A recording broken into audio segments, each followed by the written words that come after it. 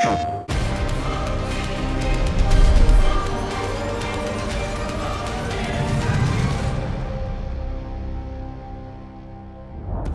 everybody to our latest edition of Mortal Kombat 11's final round, the show that goes alongside the MK11 Open Series where we talk to players, we discuss different topics, and as always, you are joined by myself, Ketchup, and the wonderful Mustard. We've got a lot of topics lined up today, and it should be a good show.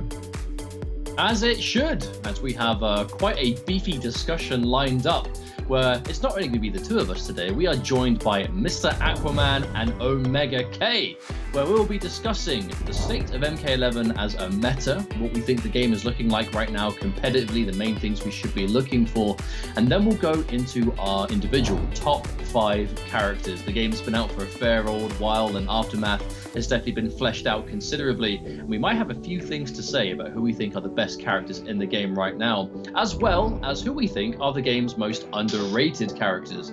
Even though in the Open Series we have seen every single character picked at least once, there are some characters that don't get as much competitive exposure as we may think they do, but it should be a lot of fun. We do hope you enjoy it. Let's get it started. A bit of an open question, the state of the MK meta right now, where do you think we're at? And we'll start with you, Mr. Aquaman.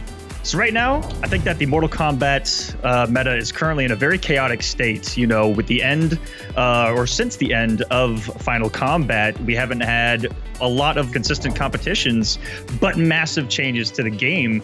And I think that to date, we're still seeing the implementation of those changes. And that's why I say that it's in a very chaotic state. The meta right now evolves a lot around the anti-breakaway system. And right now, these players are just getting better at the mechanics that the game gives them, like flawless block and things like that right now in Mortal Kombat 11. We're also starting to see some extra moves come out to pass now, you know, like the short hop overheads, things that you would never really expect players to use apart from chasing down a wake-up roll, but now they're becoming like a massive part of the general mix-up game. I guess moving on to you, Omega, why do you think we're starting to see so many short hops coming out now? I think generally because of coronavirus and pretty much everyone is playing online at the moment, those moves that would usually be reactable in an offline environment are pretty hard to react to online. So it's basically giving every character a free overhead, and you can see that in like the way people are playing online. Like everyone does down free into short hop kick pretty much now. I don't think I've played a Combat League match where that's not happened at the moment, and about half a year ago that never used to happen. So I'm pretty sure it's just because we're playing online at the minute. It's funny you should mention that though, Omega, because it has created a rather interesting situation this year in particular, where players can normally say, okay, well, at this big offline tournament, I'm not going to have to worry about that because it's a bit different and I can react to this or that or whatever.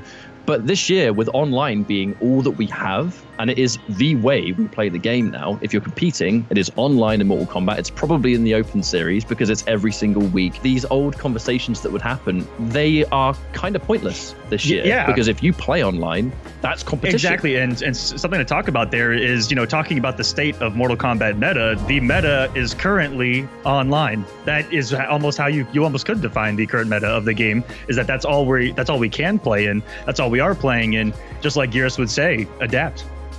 I think the character pool might kind of expand somewhat the longer we are in this kind of environment. The more that we are in these online tournaments are going to kind of be the future for now. We might see players be a little bit more open to thinking, well, now we are doing more short hops, so lack of a standing mix-up might not be as much of a problem. We are seeing flawless blocks be more of a big deal. So maybe these other characters that otherwise would have been written off might began to be played. I'm curious to know what you guys think about that and kind of the way the characters might change. Another thing with coronavirus is we're spending more time at home, and a lot of people have more time on their hands. So I feel like people are experimenting more with how they play. They have more time to grind, and characters that, you know, usually it takes like 2 or 3 years for characters to fully develop, but I think the development process of the meta has just accelerated because of it, because we're pretty much spending twice as much time at home and grinding the meta. So it's evolved. That is a wonderful point right there. I myself, since Aftermath dropped, I played probably 2 to 3 characters in the year prior to that, and since then I've picked up, I feel like, half the roster, just exploring and, you know, playing these variations that you don't really see an awful lot, and really find myself enjoying that. And I feel like that's what players are doing as well, is that they're doing a little bit more exploring because we're in this situation that we're in. To give a couple of examples, I mean, like Mighty Unjust being the obvious one, he's used about 16, 17 characters at this point, maybe even more, and that's to success. You know, he's actually won with these characters in the open series competitively. Arn Kratos, who uses RoboCop, a character who a lot of the community thinks is like absolutely the worst character in the game, and he entered that tournament specifically to try and prove people wrong, using 2 different variations as well, not just the zoning one, which is the most common. But it's funny that we should talk about characters, because that does bring me on to my next talking point. And this is something that a lot of people always wonder about, isn't it? And it's always up for debate. The top five characters in Mortal Kombat 11 and who we think might be the strongest competitively. I guess we'll start with you, OmegaK. Number 5, Joker. Number 4, Liu Kang. Number 3, Jackie. Number 2, Cetrion. And number 1, Shang Tsung. So you think Shang Tsung is the best character in the game? I think up to this point we've been doing tier lists on tools, but a tier list should really be done on matchup charts. And when you look at the characters, I don't think like Jackie has a lot of polarizing matchups. I think she just kind of does pretty well across the board. Whereas I think Shang, if you ask anyone, who does your character lose to, people will go, Shang Tsung. Shang Tsung body's my character. I feel like he has more polarizing matchups. That's interesting, Omega. All right, I see you. Shang Tsung spicy, you know. Starting things off with a bang, I think. But Mustard, who's your top 5? I personally still have Jackie at number 1. I think Jackie does do really well against pretty much every character in the game. We are still seeing more Jackie players than any other character in this game. And there's a lot of Jackie players who are successful as well, right? They're getting the consistent top 8s. They're getting really far in those top 8s. I think the rest of the top 5, though, is pretty much the same. I think Liu Kang is up there. I think Cetrion. I think Joker. And my number 5 is honestly Shang Tsung as well. They tick all of the boxes that you need in MK11. They have really good damage traditionally. They have, outside of Cetrion perhaps, but she has so much in other ways. I think she kind of evens out in that regard. You're looking at amazing punish. You're looking at amazing just buttons, whether it's range, whether it's whiff punishment, anti-air options, right? Their flawless block game, their safety, their staggers, plus frames, crushing blows. You know, they've got good fatal blows. Everything you need to be considered a solid character, these 5 characters have. That's definitely my top 5. How about you, Aquaman? What are you thinking? I'm going to keep it nice and simple. At number 1, I also have Jackie. Just thinking across the board, just a complete character at the highest possible level of the game. All 3 variations, covers an awful lot. Jackie is my number 1, almost for similar reasons. My number 2 going to be Joker. At number 3, I'm going to have Shang Tsung as well. I think since Arn Kratos' insurgence into competitive Mortal Kombat, we've seen what that character can do. And what we saw, we looked at in horror as people just died. So we got to see what Shang Tsung was all about. They just didn't get to move in. Yeah. What are you going to do? So he is there at my number 3. At number 4, I have Liu Kang. I don't think I need to talk much about Liu Kang. Press the button with Liu Kang. It's a pretty good button. Number 5, a little bit of surprise, maybe. Sindel. I respect it, especially in an online meta. Yes, she could be. Right. She is currently at in a very good place in competitive Mortal Kombat. I think that she is up there. The representation competitively has been outstanding and deep in brackets as well, making huge runs of victories and just looking strong competitively right now in the meta across the board against other strong characters as well. I kind of agree with everyone, even though there's obviously more than 5 characters mentioned at this point. But Jackie, I think we almost Reese outnumber you, That's but I think right. we commonly I'll think concede. that Jackie's... I lost to her yesterday, so I'll concede. You did. That's it. It gives you an extra reason as to why you lost, mate. It's fine. It's fine. Going to ask you, lovely people, one at a time, most underrated character. Which character in this game do you think is the most underrated competitively, starting with Mustard? I do firmly believe Scorpion. I think Scorpion is a character that really, if a lot of players right now would consider very middle of the pack, but I think with the changes in Aftermath, has only really gotten better. And no, I'm not talking about his terrible armor break. I know his back 3 isn't great. I know it doesn't really hit a lot of the time, but you look at what else he got. The 2-direction crushing blow throws for a stagger heavy character that has really strong staggers. That is really useful. And he's another character where one side, one throw direction gives him Oki, the other one doesn't.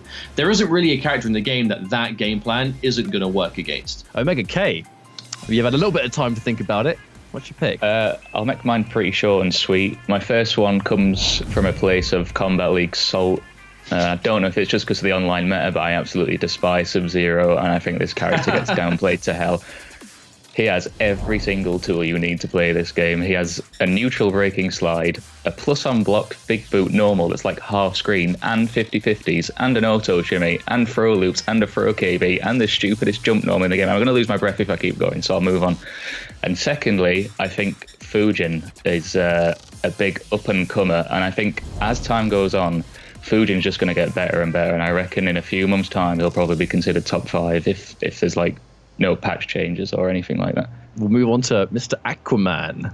I think that Jade is incredibly underrated right now. I think that since the patch, she has been in a really, really good spot. I'm loving what I'm seeing out of competitive Jades, and exploring her myself as a wonderful armor break. I think that Jade's playing the game, and she's got some mechanics to her that give her really good matchups. My other one is going to be Jax, for almost that exact reason of having the tools I feel like to succeed, and in the right hands could be deadly. I think that with Jax, he has everything you want, fast, multiple 9-frame mids, 50-50s out the wazoo, massive snowball archetype character that all it takes is a hit. Finishing up, if I were to mention my underrated characters, the first one actually is Fujin. The reason for that is that Fujin, I think, is misunderstood. I feel like a lot of people look at Fujin's high execution, and I see a lot of people write Fujin off because he's too hard to play for no reward and stuff like that. But you actually look at what Cloudwalker can do if you have the execution to nail everything. And he's got a lot of versatility, a lot of mobility, and it does take a truly skilled player. The reason I think Fujin is not considered in higher tier as a community is that he absolutely has the highest skill ceiling. Yeah. I think he's the hardest character in the game to play. Now, I guess my other pick, which I don't want Mr. Aquaman to kill me here. I think it's Total Khan. I was going to mention it. I was going to mention it, but I agree. I'm glad. I agree. I'm glad. He's got better and better every single patch. You look at the fact that he has that higher health pool. He's got the range. You can confirm all kinds of cool things with him in Ascension. One of the scariest armor breakers in this game. Now Bullock has everything that you want in the game. You already have more health than everybody. You can do more damage than everybody. And every hit is going to go into guaranteed damage now because of that newly buffed sword that breaks armor. So you just get guaranteed. How much damage does Bullet get if you have damage totems and then they break? How much do you do with that character? Yeah, like minimum 500. Even if it's so good to land. It's the best thing ever. If you just pull out one totem, get like a stand 1 anti-air into it, and it's a breakaway, you just erase half that health bar, throw up another totem, you do a stance switch, you pull out the sun, and you just have a nice day. It's best when you're in a party with someone and they go, Total Khan is in a very, very good place. And this last patch buffed the other two variations, because I feel like Ascension was the primary competitive way to play Kotal, but this last patch made me a firm believer in every other way to play the character. Because of that buff to the sword, he gets so much guaranteed damage and he's scary. Now, it was certainly a good discussion, but that is going to be where things have to come for an end this time round. I would like to extend a massive thank you to Mr. Aquaman and OmegaK for joining us this week. It's been a real pleasure having you here to chat about these topics and all that good stuff. But as always, we have to wrap the show up, and that's what we're doing right now. Thank you all very much for watching. My name has been Ketchup, joined by Mustard, as always. And for the final round, remember that if you want to play in the MK11 Open Series, it's a simple matter of going to compete.playstation.com. North America and Europe continues where the combat never ends. And if you want to play, there's nothing stopping you as long as you have a PlayStation 4 and a connection to the internet. Thank you for joining us for one last time. This has been Final Round, and we will see you in the next episode. Take care.